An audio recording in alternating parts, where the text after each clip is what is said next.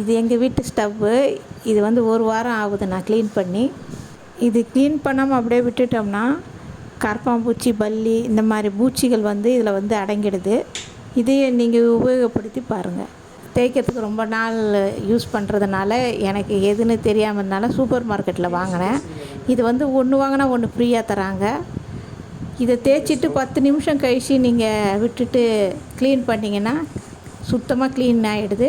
ரொம்ப அழுத்தி தேய்க்கணுன்ற அவசியம் கிடையாது. ஜஸ்ட்டு லைட்டாக தேய்ச்சி விட்டுட்டு ஒரு 10 நிமிஷம் கழித்து நீங்கள் சாதாரண துணியில் துடைச்சாவே இது க்ளீன் ஆகிடும்.